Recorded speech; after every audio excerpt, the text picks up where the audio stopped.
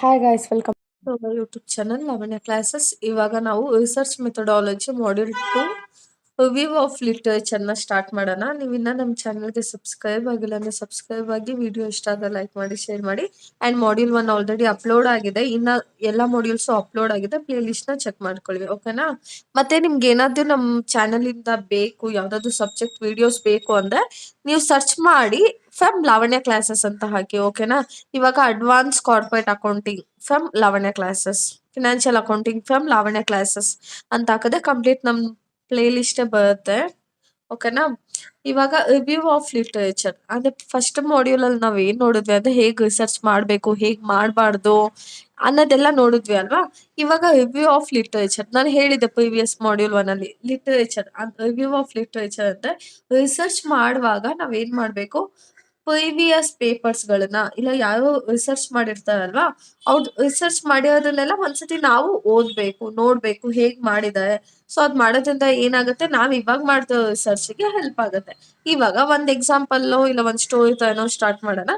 ಇವಾಗ ಒಂದು ಊರಲ್ಲಿ ಒಂದು ಹುಡ್ಗಿ ಇರ್ತಾಳೆ ಅನ್ಕೊಳ್ಳಿ, ಅವಳು ಏನೋ ಒಂದು ರಿಸರ್ಚ್ ಮಾಡ್ಬೇಕು ಅಂತ ಇರ್ತಾಳೆ, ಓಕೆನಾ? ಲೈಕ್ ಮೊಬೈಲ್ ಫೋನ್ಸ್ ಅಲ್ವಾ ಇವಾಗ, ಈಗ ಮೊಬೈಲ್ ಫೋನ್ ಬಗ್ಗೆ ರಿಸರ್ಚ್ ಮಾಡ್ಬೇಕಂತ ಇರ್ತಾಳೆ. ಅವಾಗ ಡೈರೆಕ್ಟ್ ಆಗಿ ರಿಸರ್ಚ್ ಮಾಡುವಾಗ ಅವ್ರಿಗೆ ಒಬ್ರು ಹೇಳ್ತಾರೆ, ನೀನ್ ಡೈರೆಕ್ಟ್ ಆಗಿ ಯಾಕೆ ಮಾಡ್ತೀಯ, ಆಲ್ರೆಡಿ ತುಂಬಾ ಜನ ಮೊಬೈಲ್ ಫೋನ್ಸ್ ಬಗ್ಗೆ ಮಾಡಿದ್ದಾರೆ, ಟಾಪಿಕ್ ಬೇಸಿಸ್ ಮೇಲೆ ಮಾಡಿದ್ದಾರೆ, ನೀನ್ ಹೋಗ್ಬಿಟ್ಟು ಒಂದ್ಸತಿ ಚೆಕ್ ಮಾಡು ಅಂತ. ಸೊ ಅವಳು ಏನ್ ಮಾಡ್ತಾಳೆ, ಲೈಬ್ರರಿಗೆ ಹೋಗಿ ಬುಕ್ಸ್ ನ ಸರ್ಚ್ ಮಾಡಿ, ಜರ್ನಲ್ಸ್ ನ ನೋಡಿ, ಪ್ರಿವಿಯಸ್ ರಿಸರ್ಚ್ ಪೇಪರ್ಸ್ ಅನ್ನೆಲ್ಲ ತಗೋತಾಳೆ. ಸೊ ತುಂಬಾ ಜನ ಮೊಬೈಲ್ ಫೋನ್ಸ್ ಬಗ್ಗೆ ರಿಸರ್ಚ್ ಮಾಡಿರ್ತಾರೆ. ಹೇಗಿರುತ್ತೆ ಅಂದ್ರೆ, ಇವಾಗ ಒಬ್ಬ ಏನ್ ಬರ್ದಿರ್ತಾನೆ ಅಂದ್ರೆ, ಮೊಬೈಲ್ ಫೋನ್ ಇಂದ ಸ್ಟೂಡೆಂಟ್ಸ್ ತುಂಬಾ ಯೂಸ್ ಆಗ್ತಾ ಇದೆ, ಆನ್ಲೈನ್ ಮೂಲಕ ಮಕ್ಕಳು ತುಂಬಾ ಚೆನ್ನಾಗಿ ಓದ್ಕೋತಾ ಇದ್ದಾರೆ ಅಂತ ಒಬ್ರು ಬರ್ದಿರ್ತಾರೆ. ಅದೇ ಇನ್ನೊಬ್ಬ ರಿಸರ್ಚರ್ ಏನ್ ಬರ್ದಿರ್ತಾರೆ ಅಂದ್ರೆ, ಈ ಫೋನ್ ಇಂದಾನೆ ಸ್ಟೂಡೆಂಟ್ಸ್ ತುಂಬಾ ಡಿಸ್ಟ್ರಾಕ್ಟ್ ಆಗ್ಬಿಟ್ಟು ಓದೋದೇ ಇಲ್ಲ. ಇವಾಗ ಓದೋದಕ್ಕಂತ ಫೋನ್ ತಗೋತಾರೆ, ಗೂಗಲ್ ನ ಓಪನ್ ಮಾಡ್ತಾರೆ, ಆಮೇಲೆ ಹಂಗೆ ಸೈಡ್ಗೆ ಹೋಗ್ಬಿಟ್ಟು ಇನ್ಸ್ಟಾಗ್ರಾಮ್ಗೆ ಏನೋ ನೋಡಕ್ ಹೋಗಿ ಇನ್ಸ್ಟಾಗ್ರಾಮ್ಗೆ ಹೋಗಿ ಅಲ್ಲೇ ಸ್ಪೆಂಡ್ ಮಾಡ್ತಾರೆ, ಮತ್ತೆ ರಿಟರ್ನ್ ಬರೋದೇ ಇಲ್ಲ ಅಂತ ಹೇಳ್ತಾರೆ. ಇನ್ನ ಕೆಲವೊಬ್ರು ಏನಂತಾರೆ, ಓದ್ಬೇಕಂದ್ರೂ ಫೋನಲ್ಲಿ 2-3 ಅವರ್ಸ್ ಓದ್ಕೊಳ್ಳಿ ಸಾಕು ಅಂತ. ಇನ್ನ ಕೆಲವೊಬ್ರು ಏನಂತಾರೆ, ಜಾಸ್ತಿ ಫೋನ್ ಯೂಸ್ ಮಾಡೋದ್ರಿಂದ ಕಾನ್ಸಂಟ್ರೇಷನ್ ಲೆವೆಲ್ ಕಮ್ಮಿ ಆಗತ್ತೆ, ಕರೆಕ್ಟ್ ಆಗಿ ಮಲ್ಕೊಳಕ್ ಆಗಲ್ಲ ಅಂತೆಲ್ಲ ಈ ತರ ಒಬ್ಬೊಬ್ರು ಒಂದೊಂದ್ ಬರ್ದಿರ್ತಾರೆ. ಸೊ ಆ ಹುಡ್ಗಿ ಏನ್ ಮಾಡ್ತಾಳೆ ಅಂದ್ರೆ, ಪ್ರತಿ ಒಂದನ್ನು ಕೇರ್ಫುಲ್ ಆಗಿ ಓದ್ತಾಳೆ. ಸೊ ಇದು ಓದೋದ್ರಿಂದ ಏನ್ ಅರ್ಥ ಆಯ್ತು, ಯಾವ್ದಾದ್ರು ಸಿಮಿಲರ್ ಆಗಿದೆಯಾ ಕಂಟೆಂಟು, ಇಲ್ಲ, ಎಲ್ಲ ಡಿಫ್ರೆಂಟ್ ಆಗಿದೆ, ಅದಷ್ಟನ್ನು ಅವಳು ತಗೊಂಡು ಅದ್ರ ಮಧ್ಯೆ ಏನೋ ಒಂದು ಮಿಸ್ಸಿಂಗ್ ಆಗಿರತ್ತಲ್ವಾ, ಅದನ್ನ ಅವಳು ಮಾಡ್ತಾಳೆ. ಸೊ ಇದು ಮಾಡೋದ್ರಿಂದ ಏನಂದ್ರೆ, ಅವಳಿಗೆ ಸುಮ್ನೆ ಗೊತ್ತಾಗ್ಬೇಕು ಏನೇನ್ ಕಂಟೆಂಟ್ ಗಳು ಆಲ್ರೆಡಿ ಮಾಡಿದ್ದಾರೆ ಅಂತ. ಆಮೇಲೆ ಅವಳು ಏನ್ ಮಾಡ್ಬಾರ್ದು, ಅವ್ಳು ಮಾಡಿದ್ದನ್ನೇ ಕಾಪಿ ಪೇಸ್ಟ್ ಮಾಡ್ಬಾರ್ದು, ರಿಪೀಟ್ ಮಾಡ್ಬಾರ್ದು. ಆಮೇಲೆ ಅವಳಿಗೆ ಒಂದ್ ಐಡಿಯಾ ಏನ್ ಬರುತ್ತಂದ್ರೆ, ಅವಳಿಗೆ ಗೊತ್ತಾಗುತ್ತೆ ನಮ್ ಕ್ಲಾಸಲ್ಲೂ ತುಂಬಾ ಜನ ಫೋನ್ ಯೂಸ್ ಮಾಡ್ತಾರೆ, ಯಾರು ಕರೆಕ್ಟ್ ಆಗಿ ಓದೋದಿಲ್ಲ ಅಂತ. ಅವಳಿಗೆ ಆಮೇಲೆ ಒಂದ್ ಇದ್ ಮಾಡ್ಬಿಟ್ಟು, ಹೌದು ಫೋನ್ ಜಾಸ್ತಿ ಯೂಸ್ ಮಾಡಿದ್ರೆ ಜಾಸ್ತಿ ಕಾನ್ಸಂಟ್ರೇಟ್ ಮಾಡೋದಕ್ ಆಗೋದಿಲ್ಲ ಅಂತ ಹೇಳ್ಬಿಟ್ಟು ಅವಳಿಗೆ ಗೊತ್ತಾಗುತ್ತೆ. ಸೊ ಇವಾಗ ರಿವ್ಯೂ ಆಫ್ ಲಿಟರೇಚರ್ ಅಂತ ಗೊತ್ತಾಯ್ತಲ್ವಾ, studying of previous research before starting your own research. ನೀವೇನೋ ಒಂದು ಮಾಡ್ತೀನಿ ಅನ್ನೋಕ್ಕಿಂತ ಮುಂಚೆ ಒಬ್ಬ ಮಾಡಿದಾನಲ್ವಾ, ಅವನ್ ಏನ್ ಮಾಡಿದಾನಂತ ನೋಡಿ ಆಮೇಲೆ ನೀವು ಸ್ಟಾರ್ಟ್ ಮಾಡೋದು, ಓಕೆನಾ? ಅರ್ಥ ಆಯ್ತಾ? ಇವಾಗ ಮೀನಿಂಗ್ ಹೋಗೋಣ ನಾವು. ಇವಾಗ ಇಂಪಾರ್ಟೆನ್ಸ್ ಅಂತ ಹೇಳಿದ್ನಲ್ವಾ, ಇಂಪಾರ್ಟೆನ್ಸ್ ಅಲ್ಲಿ ಯಾವ ತರ ಇಂಪಾರ್ಟೆನ್ಸ್ ಇದೆ, helps to understand the research problem, helps to know previous studies, avoid duplication, helps in collect useful information, helps in formation of hypothesis, helps in selecting research method, improves quality of research, helps in identifying research gap. So ಇದಿಷ್ಟಿದೆ ಅಲ್ವಾ? So ಏನಂದ್ರೆ, ನಾವು research ಪೇಪರ್ನ ಯಾಕೆ ಓದ್ಬೇಕು ಅಂತ ಇಲ್ಲಿ ಕೊಟ್ಟಿದ್ದಾನೆ. ಈಗ helps in understanding research problem, ಈ ತರ ಪ್ರಾಬ್ಲಮ್ ಯಾಕೆ ಆಗ್ತಾ ಇದೆ ಅನ್ನೋದು ಫಸ್ಟ್ ಒಂದು ನಮಗ್ ಗೊತ್ತಾಗುತ್ತಾ? ಅರ್ಥ ಆಗ್ತಿದೆ ಅಲ್ವಾ? ಏನ್ ಮಾಡುತ್ತೆ, ನಾವು ಪ್ರಿವಿಯಸ್ ರಿಸರ್ಚ್ ಪ್ರಾಬ್ಲಮ್ ನ ಸ್ಟಡಿ ಮಾಡೋದ್ರಿಂದ ನಮ್ಗೆ ಏನಾಗುತ್ತೆ, ಕ್ಲಿಯರ್ ಆಗಿ ಐಡಿಯಾ ಬರುತ್ತೆ. ನಾವ್ ಏನ್ ಟಾಪಿಕ್ ಮಾಡ್ತಿದೀವೋ ಅದ್ರ ಬಗ್ಗೆ ಕ್ಲಿಯರ್ ಆಗಿ ಐಡಿಯಾ ಬರುತ್ತೆ, ಓಕೆನಾ? ಇವಾಗ ನೀವು ಓದ್ಕೋತಿದ್ರ ಅನ್ಕೊಳ್ಳಿ, ರಿಸರ್ಚ್ ಮೆಥಡಾಲಜಿ ಓದ್ಬೇಕಂತ ಇದೆ, ಇವಾಗ ವಿಡಿಯೋ ನೋಡಿದ್ರೆ ನಿಮ್ಗೆ ಕ್ಲಿಯರ್ ಆಗಿ ಅರ್ಥ ಆಗುತ್ತೆ. ಅದೇ ನೀವು ಓದ್ಬೇಕು, ನೀವೇ ಹೋಗ್ಬಿಟ್ಟು ಟೆಕ್ಸ್ಟ್ ಬುಕ್ ಓದ್ಬೇಕಂದ್ರೆ ಅಷ್ಟು ಈಸಿಯಾಗಿ ಅರ್ಥ ಆಗುತ್ತಾ? ಸ್ವಲ್ಪ ಕಷ್ಟ ಆಗುತ್ತಲ್ವಾ? So next literature review, next helps to know previous study. ಮುಂಚೆ ರಿಸರ್ಚ್ ಮಾಡಿದವರು ಯಾವ ತರ ಸ್ಟಡಿ ಮಾಡಿದ್ದಾರೆ ಅಂತ ನಿಮ್ಗೊಂದು ಐಡಿಯಾ ಗೊತ್ತಾಗುತ್ತೆ. ಅವಾಯ್ಡ್ ಡೂಪ್ಲಿಕೇಶನ್ ಅಂತ ಅಂದ್ರೆ ನಿಮ್ಗೇನಂದ್ರೆ, ಇವಾಗ ನಿಮಗ್ ಗೊತ್ತಿರಲ್ಲ, ಬೇಸಿಕ್ ಗೊತ್ತಿರುತ್ತೆ ಅದನ್ನೇ ನಿಮ್ ರಿಸರ್ಚ್ ಪೇಪರ್ ಹಾಕ್ಬಿಡೋಣ ಅಂತ ಇಡ್ತಾರೆ. ಆಮೇಲೆ ಗೊತ್ತಾಗುತ್ತೆ ರಿಸರ್ಚರ್ ಯಾರೋ ನಮ್ಕಿಂತ ಮುಂಚೆ ಒಬ್ಬ ರಿಸರ್ಚರ್ ಈ ಕಂಟೆಂಟ್ ನ ಹಾಕ್ಬಿಟ್ಟಿದ್ದಾರೆ, ನಾವು ಮತ್ತೆ ಯೂಸ್ ಮಾಡಬಾರ್ದು, ಸೇಮ್ ಕಂಟೆಂಟ್ ನ ಡೂಪ್ಲಿಕೇಟ್ ಮಾಡೋದಂತ ಅಲ್ಲ, ರಿಪೀಟ್ ಕೂಡ ಮಾಡಬಾರ್ದು ಅನ್ನೋದು ನಮಗೆ ಗೊತ್ತಾಗುತ್ತೆ. Helps in collecting useful information.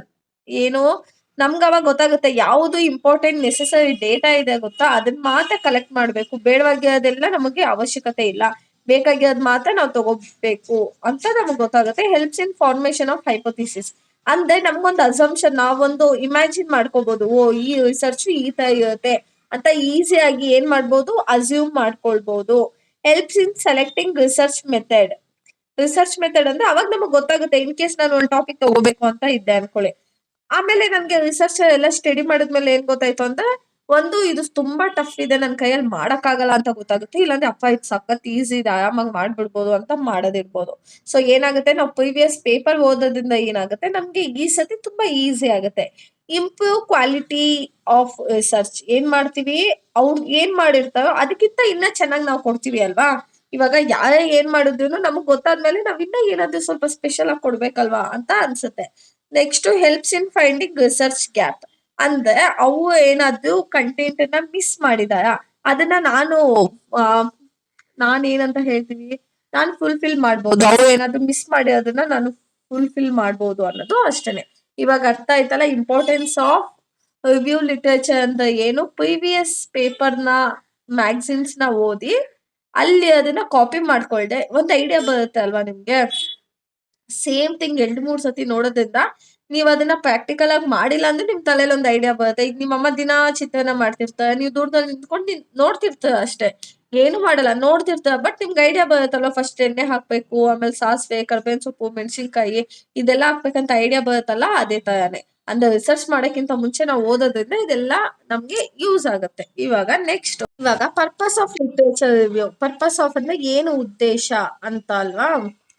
ಇವಾಗ ಯಾವ ಪರ್ಪಸ್ ಮೇಲೆ ನಾವು ಲಿಟ್ರೇಚರ್ ರಿವ್ಯೂನ ನೋಡ್ಬೇಕು ಅಂದ್ರೆ, ಮತ್ತೆ ನಾನು ನಿಮ್ಗೆ ಹೇಳಿದ್ದೀನಿ ಫಸ್ಟೇನೆ, ಥಿಯರಿ ಪಾರ್ಟ್ ಅಲ್ಲಿ ಏನಾದ್ರು ನಿಮ್ಗೆ ಮರ್ತೋಗ್ಬಿಟ್ಟ ಕಂಟೆಂಟ್ ಗೊತ್ತಿರುತ್ತಲ್ವ, ನಿಮ್ಗೆ ಏನ್ ಗೊತ್ತಿರುತ್ತೋ ಅದನ್ನೇ ಬರ್ದ್ ಬನ್ನಿ. ಈಗ ಪ್ರಿವಿಯಸ್ ಅಲ್ಲಿ ನಾನು ನಿಮ್ಗೆ ಇಂಪಾರ್ಟೆನ್ಸ್ ಹೇಳಿದ್ದೆ, ಅದ್ರಲ್ಲಿ ಏನ್ ಪಾಯಿಂಟ್ಸ್ ರಿಪೀಟ್ ಆಗಿತ್ತು, ಪರ್ಪಸ್ ಅಲ್ಲೂ ಅದೇ ಉದ್ದೇಶ, ಸ್ಕೋಪು ಅದೇ ಬರುತ್ತೆ, ನೇಚರು ಅದೇ ಬರುತ್ತೆ. ಈಗ ನೋಡಿ, to get background knowledge ಏನಂದ್ರೆ, to get background knowledge, to gain knowledge ಅಂತ ಇದೆ. ಓಕೆನಾ, ಯಾವ್ದಾವ್ದು ಪಾಯಿಂಟ್ಸ್ ಕೊಟ್ಟಿದ್ದಾನಂದ್ರೆ, to gain knowledge, to identify research gap, to support research work, to develop objectives, to form hypothesis, to provide direction, to improve research study. So ಇದಿಷ್ಟು ಕೊಟ್ಟಿದ್ದಾನೆ. To gain knowledge ಅಂದ್ರೆ ನೀವು ಒಂದು ರಿಸರ್ಚ್ ಮಾಡೋಕ್ಕಿಂತ ಮುಂಚೆ ನೀವು ಪ್ರೀವಿಯಸ್ ಮಾಡೋ ರಿಸರ್ಚ್ ಪೇಪರ್ನ ಓದಿದ್ರೆ ನಿಮ್ಗೆ ಏನಾಗುತ್ತೆ, ಬ್ಯಾಕ್ ಗ್ರೌಂಡ್ ನಾಲೆಜ್ ನಿಮಗೆ ಗೊತ್ತಾಗುತ್ತೆ ಈಸಿಯಾಗಿ ಅಲ್ವಾ. To know knowledge. ನೆಕ್ಸ್ಟ್ ಏನಿದೆ, ಟು ಐಡೆಂಟಿಫೈ ರಿಸರ್ಚ್ ಗ್ಯಾಪ್. ಅಂದ್ರೆ ಅವ್ನು ಏನ್ ಕಂಟೆಂಟ್ ಬಿಟ್ಟಿದ್ದಾನೆ ಅದನ್ನ ನೀವು ಈಸಿಯಾಗಿ ಗ್ಯಾಪ್ ಅನ್ನ ಫಿಲ್ ಮಾಡ್ಬೋದು. ಓಕೆನಾ, ಆ ಉದ್ದೇಶಕ್ಕೆ ನೀವೇನ್ ಮಾಡ್ಬೇಕು, ರಿಸರ್ಚ್ ಪೇಪರ್ನ ಓದ್ಬೇಕು. ಟು ಸಪೋರ್ಟ್ ರಿಸರ್ಚ್ ವರ್ಕ್ ಅಂದ್ರೆ to provide base for new research. ಅಂದ್ರೆ ಇವಾಗ ನೀವೇನೋ ರಿಸರ್ಚ್ ಮಾಡ್ತಿದ್ದೆ ಅಲ್ವಾ, ಅವ್ರಿಗೂ ಸಪೋರ್ಟ್ ಮಾಡ್ದಂಗಾಗುತ್ತೆ ಅವ್ರ ಪೇಪರ್ ಓದಿ. Next to develop objectives, to helps in setting research goal. So ಏನಂದ್ರೆ ನೀವು ಟು ಡೆವಲಪ್ ಆಬ್ಜೆಕ್ಟಿವ್ಸ್ ಅಂದ್ರೆ ಅದು ಡೆವಲಪ್ ಆಗೋದಕ್ಕೂ ಯೂಸ್ ಆಗುತ್ತೆ. ಆಮೇಲೆ ಟು ಫಾರ್ಮ್ ಹೈಪೋಥಿಸಿಸ್ ಅಂದ್ರೆ ನೀವು ಟೆಂಪರರಿ ಅಸಂಪ್ಷನ್ ಮಾಡ್ಕೋಬಹುದು, ಓ ಹೀಗಿದೆ ಹಾಗಿದೆ ಅಂತ. ನೆಕ್ಸ್ಟ್ ಟು ಪ್ರೊವೈಡ್ ಡೈರೆಕ್ಷನ್, ನಿಮ್ಗೊಂತ ರಿಸರ್ಚರ್ ಗೈಡ್ ಮಾಡ್ದಂಗೆ ಇರುತ್ತೆ ಕರೆಕ್ಟ್ ಪಾತ್ ಅಲ್ಲಿ ಹೋಗೋದಕ್ಕೆ. ಅರ್ಥ ಆಗ್ತಿದ್ಯಾ.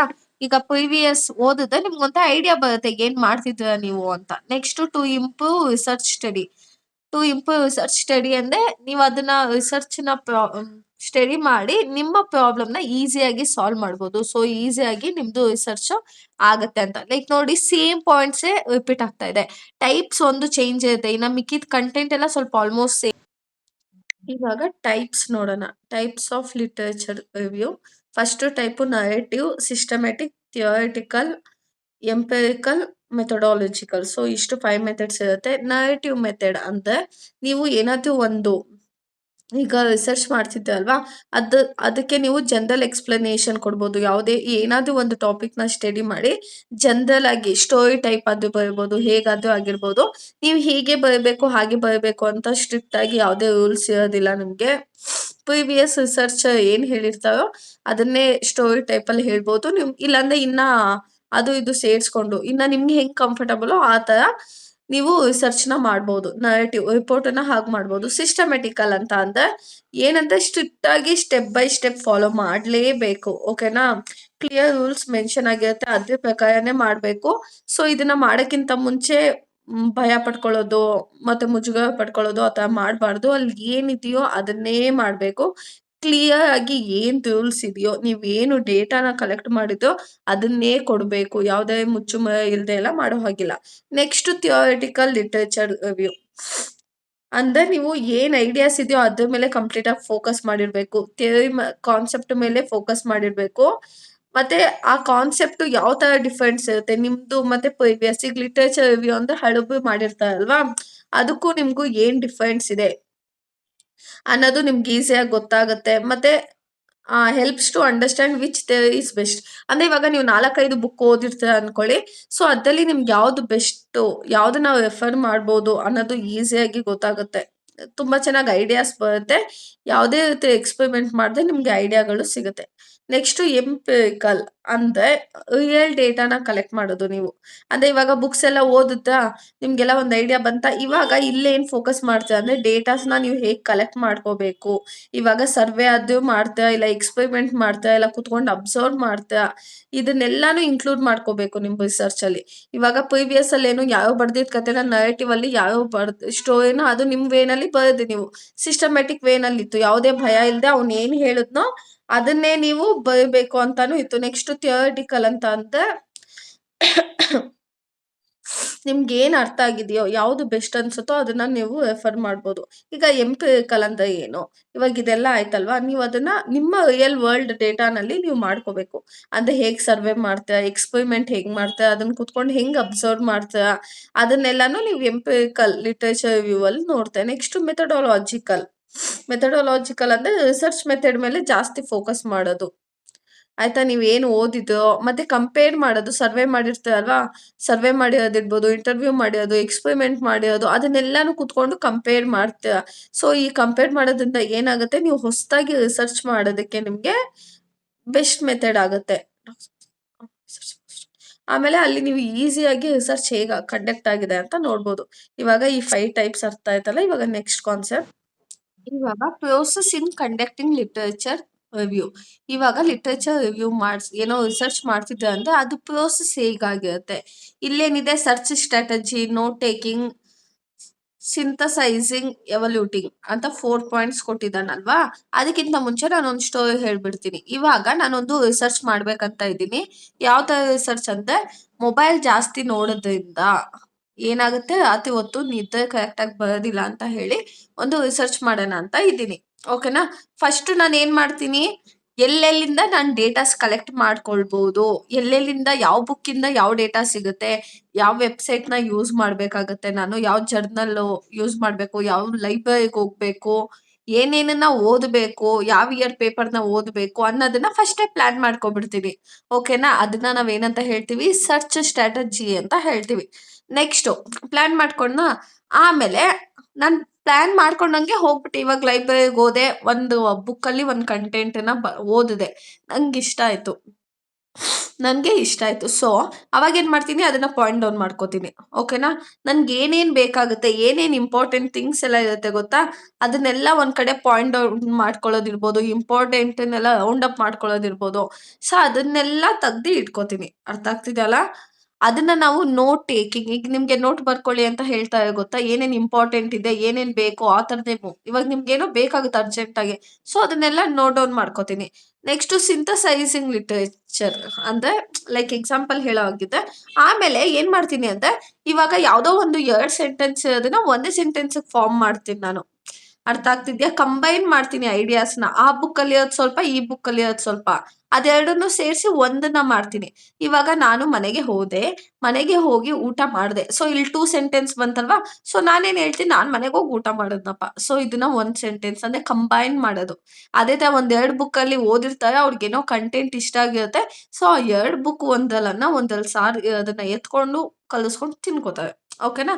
ಎವಲ್ಯೂಟಿಂಗ್ ಲಿಟ್ರೇಚರ್ ಅಂದ್ರೆ, ಈಗ ಏನು ರಿಸರ್ಚ್ ಮಾಡಿದ ಅಲ್ವಾ, ಅದು ಕರೆಕ್ಟ್ ಆಗಿದೆಯಾ ಇಲ್ವಾ, ಪ್ರಾಂಪ್ಟ್ ಆಗಿ ಬಯಾಸ್ಡ್ ಇಲ್ದೆ ಮಾಡಿದೀನಾ ಇಲ್ವಾ, ಕ್ವಾಲಿಟಿ ಪ್ರಕಾರ ಇದೆಯಾ ಇಲ್ವಾ ಅಂತ ಚೆಕ್ ಮಾಡೋದು. ಓಕೆನಾ, ಅರ್ಥ ಆಗ್ತಿದೆ ಅಲ್ವಾ?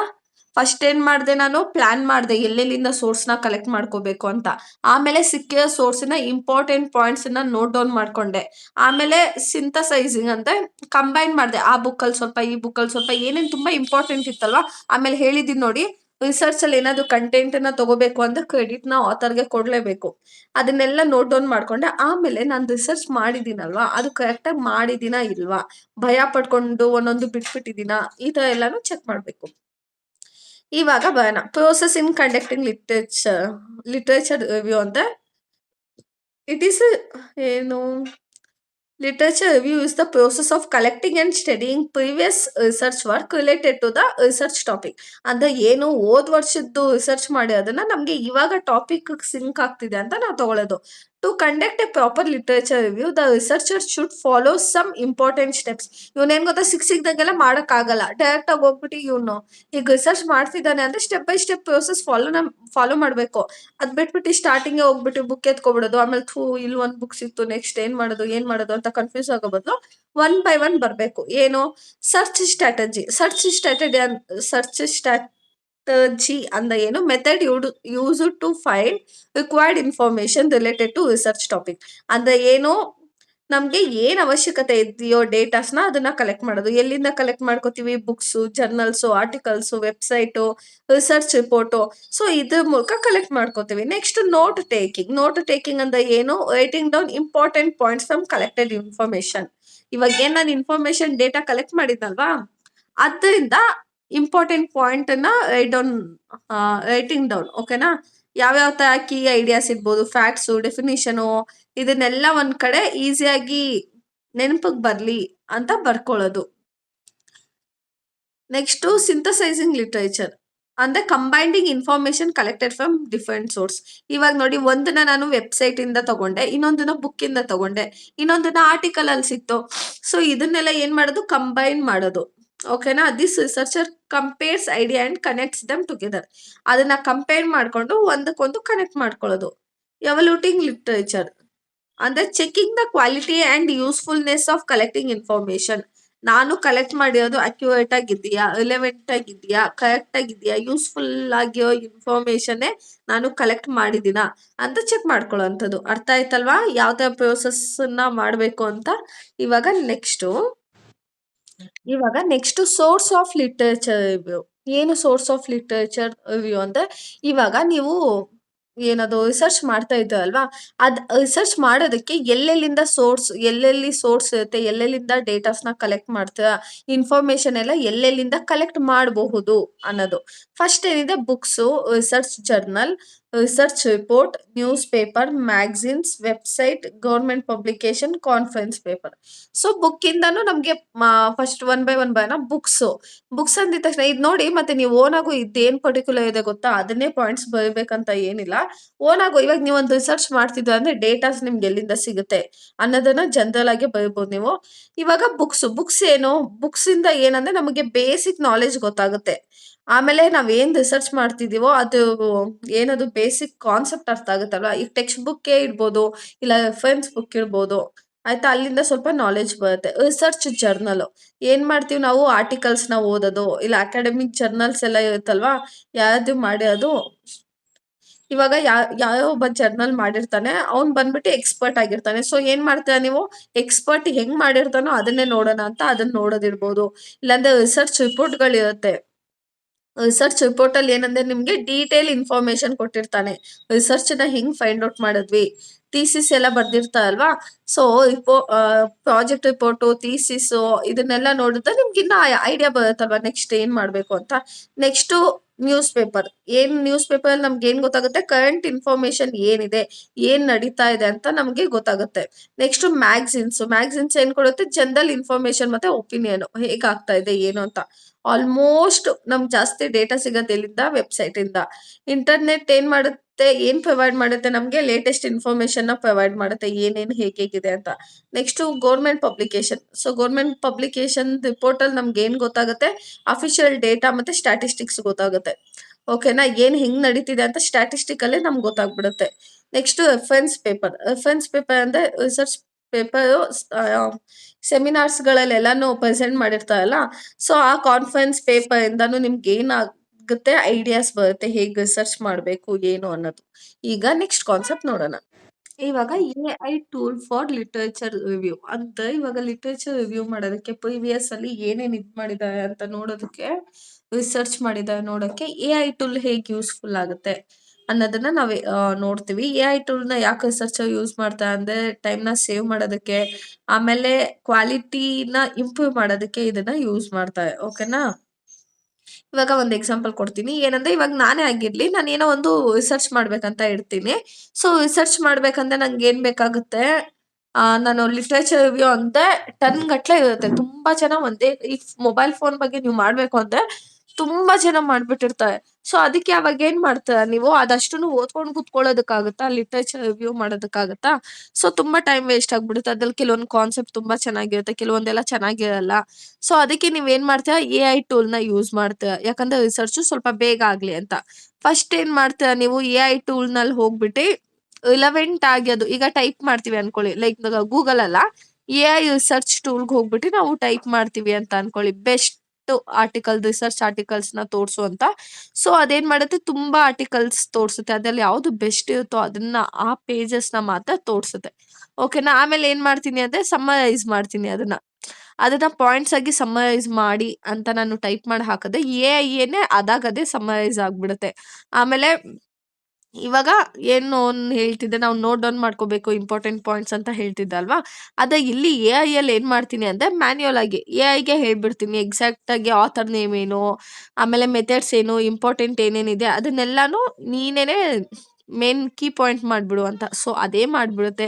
ನೆಕ್ಸ್ಟು ಸಿಂಥಸೈಸ್ ಮಾಡ್ಬೇಕು ಅಂತ ಹೇಳಿದೆ ಅಲ್ವಾ? ಸಿಂಥಸೈಸ್ ಅಂದ್ರೆ ಕಂಬೈನ್ ಮಾಡೋದು. ಇವಾಗ ಒಂದ್ ಆರ್ಟಿಕಲ್ ಅಲ್ಲಿ ಒಂದಿರುತ್ತೆ, ಇನ್ನೊಂದ್ ಆರ್ಟಿಕಲ್ ಅಲ್ಲಿ ಒಂದಿರುತ್ತೆ, ಒಂದ್ ಜರ್ನಲ್ ಅಲ್ಲಿ ಒಂದಿರುತ್ತೆ. ಇದೆಲ್ಲ ಇರೋದನ್ನ ಸಿಂಥಸೈಸ್ ಮಾಡುವಂತ ಗೂಗಲ್‌ಗೆ ಎಐಗೆ ಹೇಳ್ತೀನಿ. ಸೊ ಎಐ ಏನ್ ಮಾಡುತ್ತೆ, ಅದೇ ಸಿಮಿಲರ್ ಐಡಿಯಾಸ್‌ನೆಲ್ಲ ಒಂದ್ ಕಡೆ ಗುಡ್ಡೆ ಮಾಡಿ ಒಂದು ಪ್ಯಾಟರ್ನ್‌ನ ಕ್ರಿಯೇಟ್ ಮಾಡುತ್ತೆ. ನೆಕ್ಸ್ಟ್ ರೆಫರೆನ್ಸ್ ನಾನು ಹೇಳಿದ್ದೆ ನಿಮ್ಗೆ.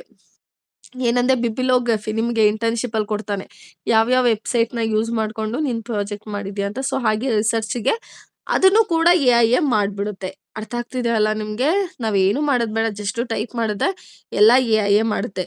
ಇವಾಗ ನಾವು ಕಾನ್ಸೆಪ್ಟ್‌ಗೆ ಬರೋಣ. ಜೊಟೆರಾ ಇದೆಲ್ಲಾನು ಬಂದು ನಿಮ್ಗೆ AI tool. Zotero is a free reference management tool used by researcher. ಅಂದ್ರೆ ಇವಾಗ ನಾವು ಹೆಂಗ್ ಫೋನ್ ಪೇ, ಗೂಗಲ್ ಪೇ ನಮಗೆ ಅವಶ್ಯಕತೆ ಇರೋ ಆ್ಯಪನ್ನ ಯೂಸ್ ಮಾಡ್ತೀವೋ, ಅದೇ ತರ ಇದೆಲ್ಲ ಎಐ ಟೂಲು ರಿಸರ್ಚರ್ ಯೂಸ್ ಮಾಡೋದು. ಸೊ ಜೊಟೆರಾನ ಜೊಟೆ ಯೂಸ್ ಮಾಡೋದ್ರಿಂದ ಏನು, ರಿಸರ್ಚ್ ಪೇಪರ್‌ನ ಕಲೆಕ್ಟ್ ಮಾಡುತ್ತೆ, ಸ್ಟಡಿ ಮೆಟೀರಿಯಲ್‌ನ ಅದೇ ಆರ್ಗನೈಸ್ ಮಾಡುತ್ತೆ, ಮತ್ತೆ ಈಸಿಯಾಗಿ ರೆಫರೆನ್ಸ್ ಮಾಡ್ಬೋದು. ಮತ್ತೆ ಬಿಬಿಲೋಗ್ರಫಿನ ಅದೇ ಆಟೋಮೆಟಿಕ್ ಆಗಿ ಕ್ರಿಯೇಟ್ ಮಾಡುತ್ತೆ. ಬಿಬಿಲೋಗ್ರಫಿ ಅಂತ ಅಂದ್ರೆ ಏನ್ ಹೇಳಿದ್ದೆ ನಾನು, ಇವಾಗ ನೀವೇನೋ ವೆಬ್‌ಸೈಟ್ ಅಲ್ಲಿ ಹೋಗಿ ಸರ್ಚ್ ಮಾಡಿರ್ತೀರ, ಆ ವೆಬ್‌ಸೈಟ್ ಏನಿದೆಯೋ ಎಲ್ಲಿಂದ ಸರ್ಚ್ ಮಾಡಿದ್ರ ಅದು ಮೇನ್ ವೆಬ್‌ಸೈಟ್‌ನ ಅಲ್ಲೇ ಕ್ರಿಯೇಟ್ ಮಾಡ್ಬಿಡುತ್ತೆ. ನೆಕ್ಸ್ಟು ಮೆಂಡೆಲಿ.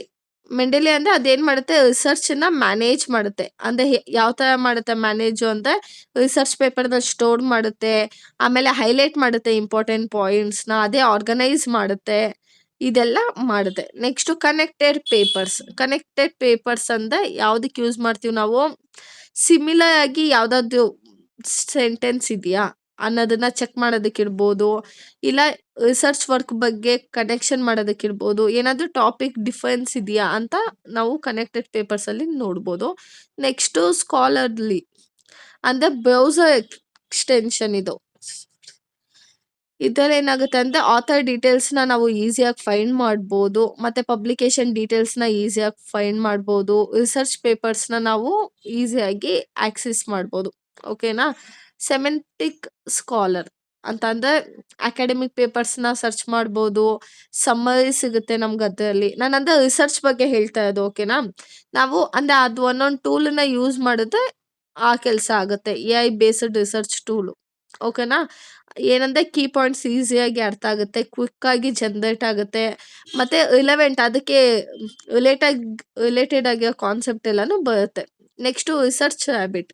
ಇದೇನ್ ಮಾಡುತ್ತೆ, ರಿಸರ್ಚ್ ಮೆಟೀರಿಯಲ್‌ನ ಕೊಡುತ್ತೆ. ಮತ್ತೆ ರಿಸರ್ಚ್ ಟಾಪಿಕ್ಸ್‌ನ ನೀವೇನ್ ಟಾಪಿಕ್‌ನ ಹಾಕಿರ್ತೀರೋ ಅದನ್ನೇ ಕಂಟಿನ್ಯೂಯಸ್ ಆಗಿ ಅದನ್ನೇ ಫಾಲೋ ಮಾಡುತ್ತೆ. ಬೇರೆ ಕಂಟೆಂಟ್‌ಗೆ ಹೋಗೋದೇ ಇಲ್ಲ. ಮತ್ತೆ ಅದಕ್ಕೆ ರಿಲೇಟೆಡ್ ಆಗಿರೋ ಸ್ಟಡೀಸ್‌ನ ನೀವು ಅಲ್ಲಿ ನೋಡ್ಬೋದು. ಹೊಸ ರಿಸರ್ಚ್ ಅದು ರಿಲೇಟೆಡೇ ರಿಸರ್ಚ್ ಮಾಡ್ಬೋದು. ಇವಾಗ ನೆಟ್‌ಫ್ಲಿಕ್ಸ್‌ಗೆ ಹೋಗ್ಬಿಟ್ಟು ನೀವು ಲವ್ ಫೇಲ್ಯೂರ್ ಆಗಿದೆ ಅಂತ ಮೂವಿ ನೋಡಿದ್ರೆ ಇವಾಗ ಅದು ಹೆಂಗೆ ಅದನ್ನೇ ರೆಫರ್ ಮಾಡುತ್ತಲ್ವಾ, ಅದೇ ತರ ಇದು ಕೂಡ. ಅರ್ಥ ಆಯ್ತಲ್ಲ? ಅಂದ್ರೆ ರಿಸರ್ಚ್‌ನ ಎಐ ಟೂಲ್‌ನ ಯೂಸ್ ಮಾಡ್ಕೊಂಡು ಹೇಗ್ ಮಾಡ್ತಾರೆ. ಇವಾಗ ನೀವು ಆಗಿರ್ಲಿ ಏನಾದ್ರು ಒಂದ್ ಮಾಡ್ಬೇಕು. ಈಗ ಮೊಬೈಲಲ್ಲಿ ಏನಾದ್ರು ಎಡಿಟಿಂಗ್ ಮಾಡ್ಬೇಕು ಅಂದ್ರೇನೆ ಪ್ರತಿಯೊಂದು ಆಪ್ಷನ್ಸ್ ನಿಮ್ಗೆ ಹೆಂಗಲ್ಲಿ ತೋರ್ಸುತ್ತೋ, ಇವಾಗ ಒಂದು ವಿಡಿಯೋ ಎಡಿಟ್ ಮಾಡಕ್ಕಿರ್ಬೋದು, ಸಾಂಗ್ ಎಡಿಟ್ ಮಾಡೋದಕ್ಕೆ ಪ್ರತಿಯೊಂದು ಹೇಗ್ ತೋರ್ಸುತ್ತೋ ರಿಸರ್ಚ್ ಅಲ್ಲೂ ಕೂಡ ಹಾಗೇನೆ. ಇವಾಗ ನೆಕ್ಸ್ಟ್ ಕಾನ್ಸೆಪ್ಟ್‌ಗೆ ಹೋಗೋಣ. ಇವಾಗ ಲಾಸ್ಟ್ ಕಾನ್ಸೆಪ್ಟ್ ಓಕೆನಾ? Research gap. ಗ್ಯಾಪ್ ಅಂದ್ರೆ ನೀವು ರಿಸರ್ಚ್ ಮಾಡುವಾಗ ಯಾವ್ದಾದ್ರು ಒಂದು ಕಂಟೆಂಟನ್ನ ಮಿಸ್ ಮಾಡಿರ್ತೀರ. ಯಾವ್ದಾದ್ರು ಒಂದು ಇನ್ಫಾರ್ಮೇಷನ್‌ನ ಮಿಸ್ ಮಾಡಿರ್ತೀರ. ಇಲ್ಲ ಕೆಲವೊಂದು ಕ್ವೆಷನ್ಸ್‌ಗೆ ಆನ್ಸರೇ ಮಾಡಿರಲ್ಲ ರಿಸರ್ಚಲ್ಲಿ. ಸೊ, ಏನಾಗುತ್ತೆ ಅಂದ್ರೆ ಆ ಟೈಮಲ್ಲಿ ಏನ್ ಪ್ರಾಬ್ಲಮ್ ಇರುತ್ತೋ, ಇವಾಗ ಟೈಮ್ ಇರುತ್ತೋ ಇಲ್ವೋ, ಬರೀ ಒಂದು ಒಬ್ಬೊಬ್ರು ಜಾಸ್ತಿ ಮಾಡಿರ್ತಾರೆ, ಕೆಲವೊಬ್ರು ಕಮ್ಮಿ ಡೀಟೇಲ್ಸ್ ತಗೊಂಡು ರಿಸರ್ಚ್ ಮಾಡಿರ್ತಾರೆ. ಸೊ, ಅದನ್ನ ನಾವು ರಿಸರ್ಚ್ ಗ್ಯಾಪ್ ಅಂತ ಹೇಳ್ತೀವಿ. ಓಕೆನಾ? ಇಲ್ಲಾಂದ್ರೆ ಅವ್ರು ಮಾಡೋ ಟೈಮ್ ಒಂದು 20 ವರ್ಷದ ಮುಂಚೆ ಎಐ ಬಂದಿರ್ಲಿಲ್ಲ. ಸೊ, ಎಐ ಇಂಪಾರ್ಟೆನ್ಸೇ ತೋರಿಸಿಲ್ಲ ಎಜುಕೇಷನಲ್ಲಿ. ಇವಾಗ ಎಐ ಬಂದಿದೆ. ಸೊ, ಇದೆಲ್ಲ ಏನಾಗುತ್ತೆ, ರಿಸರ್ಚ್ ಗ್ಯಾಪ್ ಆಗುತ್ತೆ. ಇವಾಗ ಟೈಪ್ಸ್ ಆಫ್ ರಿಸರ್ಚ್ ಗ್ಯಾಪ್ ನೋಡಿದ್ರೆ ನಾವು knowledge gap, methodological gap, empirical gap, theoretical gap, population gap, time gap ಅಂತ ಕೊಟ್ಟಿದ್ದಾರೆ. ಈಗ ನಾಲೆಡ್ಜ್ ಗ್ಯಾಪ್ ಅಂತ ಅಂದ್ರೆ ಲ್ಯಾಕ್ ಆಫ್ ಇನ್ಫಾರ್ಮೇಷನ್ ತುಂಬಾ ಕಮ್ಮಿ ಇರುತ್ತೆ ಇವಾಗ ಕಂಪೇರ್ ಮಾಡ್ಕೊಂಡ್ರೆ. ಇವಾಗ ಇವಾಗ ಒಂದು 20 ವರ್ಷದ ಮುಂಚೆ, 20 ಬೇಡ 30 ವರ್ಷದ ಮುಂಚೆ ಯಾರೋ ಒಬ್ಬ ಮೊಬೈಲ್ ಫೋನ್ ಬಗ್ಗೆ ಮಾಡಿರ್ತಾನೆ. ಓಕೆನಾ? ಕೀಪ್ಯಾಡ್ ಫೋನು ರಿಸರ್ಚ್ ಮಾಡಿರ್ತಾನೆ. ಇವಾಗ ಅವಾಗಿದ್ದಿದ್ದಕ್ಕೂ ಸೋರ್ಸ್‌ಗೂ ಇವಾಗಿರೋದಕ್ಕೂ ಸೇಮ್ ಇದೆಯಾ? ಸೊ, ಏನಾಗುತ್ತೆ, ನಾಲೆಡ್ಜ್ ಗ್ಯಾಪ್ ಆಗುತ್ತೆ. ಅವ್ರಿಗೆ ಗೊತ್ತೇ ಇರಲ್ಲ ಒಂದು 20, 30 ವರ್ಷ ಆದ್ಮೇಲೆ ಹೀಗಾಗುತ್ತೆ ಅಂತ. ಅವ್ರಿಗೇನ್ ನಾಲೆಡ್ಜ್ ಇರುತ್ತೋ ಅದ್ರ ಬೇಸಿಸ್ ಮೇಲೆ ಮಾಡಿರ್ತಾರೆ. Next methodological gap. ಅಂದ್ರೆ ಅಲ್ಲೇನಾದ್ರು ಒಂದು ಲೈಕ್ ಈಗ ಬೆಟರ್ ಮೆಥಡನ್ನ ಯೂಸ್ ಮಾಡ್ಬೋದು. ಅದು ಅವ್ರು ನಾರ್ಮಲ್ ಕ್ಯಾಶುಯಲ್ ಆಗಿ ಯೂಸ್ ಮಾಡಿರ್ತಾರೆ. Next empirical gap. Lack of practical data evidence. ಅಲ್ಲೇನಂದ್ರೆ ಡೇಟಾಗಳೇ ಇರಲ್ಲ. ಮತ್ತೆ ಎವಿಡೆನ್ಸ್‌ಗಳಿರಲ್ಲ. ಸುಮ್ನೆ ಏನೋ ಒಂದು ಹಾಕ್ಬಿಟ್ಟಿರ್ತಾರೆ. ಪ್ರಾಪರ್ ಆಗಿ ಸರ್ವೆಗಳು ಮಾಡಿರಲ್ಲ. ಎಕ್ಸ್ಪೆರಿಮೆಂಟ್ಸ್ ಮಾಡಿರಲ್ಲ. ಇವಾಗ ನಿಮ್ಗೆ ಗೊತ್ತಿರುತ್ತಲ್ವಾ ಅವಾಗಗೂ ಇವಾಗಗೂ ಕಂಪೇರ್ ಮಾಡಿದ್ರೆ ಎಷ್ಟು ಡಿಫರೆನ್ಸ್ ಇರುತ್ತೆ ಅಂತ. Next theoretical gap. ಏನಂದ್ರೆ ಥಿಯರೀಸ್ ಎಲ್ಲ ಸಫಿಶಿಯೆಂಟ್ ಆಗಿ ಪ್ರೊವೈಡ್ ಮಾಡಿರಲ್ಲ ಅವರು. ಹೊಸದು ಯಾವುದೂನು ಇರಲ್ಲ. ಎಲ್ಲ ತುಂಬಾ ಹಳೇದು ಹಾಕ್ಬಿಟ್ಟಿರ್ತಾರೆ. ನೆಕ್ಸ್ಟ್ ಪಾಪ್ಯುಲೇಷನ್ ಗ್ಯಾಪ್ ಅಂದ್ರೆ ಬರೀ ಸ್ವಲ್ಪ ಪರ್ಟಿಕ್ಯುಲರ್ ಗ್ರೂಪ್ಸನ್ನ ಇಟ್ಕೊಂಡು ಮಾತ್ರ ಅವರು ರಿಸರ್ಚನ್ನ ಮಾಡಿರ್ತಾರೆ. ತುಂಬಾ ಇನ್ ಡೀಟೇಲ್ ಆಗಿ ಹೋಗಿರಲ್ಲ. ಮತ್ತೆ ಟೈಮ್ ಗ್ಯಾಪು ಅಷ್ಟೇನೆ. ಏನು ಏನಂದ್ರೆ ಅವಾಗ ಪ್ರೆಸೆಂಟ್ ಸಿಚುವೇಶನಲ್ಲಿ ಅವ್ರದ್ದು ಯಾವ ಥರ ಸಿಚುವೇಶನ್ ಇದೆಯೋ ಅದ್ರ ಬೇಸಿಸ್ ಮೇಲೆ ಏನೋ ರಿಸರ್ಚ್ ಮಾಡಿರ್ತಾರೆ. ಸೊ, ಇದಿಷ್ಟು ನಿಮ್ಮ ಸೆಕೆಂಡ್ ಮಾಡ್ಯೂಲ್. ವಿಡಿಯೋ ಇಷ್ಟ ಆದರೆ ಲೈಕ್ ಮಾಡಿ, ಶೇರ್ ಮಾಡಿ. Keep watching guys. Thank you.